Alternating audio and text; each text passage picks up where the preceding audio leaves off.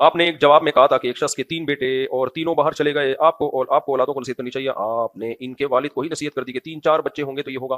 Video کے comments میں اچھے خاصے لوگوں کا اعتراض تھا کہ اگر اولادوں کے دل میں ماں باپ کے لیے احساس ہو، پتہ نہیں کیا لکھا ہوا ہے، ہو تو 10 بیٹے بھی ہوں تو وہ بھی باہر چلے جائیں گے. الٹا ماں باپ کو ہی کہیں گے کہ آپ کون پیدا کریں گے. دیکھو میں نے بیان میں کہا تھا کہ 2-3 بچے ہوں گے تو باہر جائیں گے تو جو ہے وہ پھر تو یہی ہوگا، بڑھاپا اکیلے میں گزرے گا.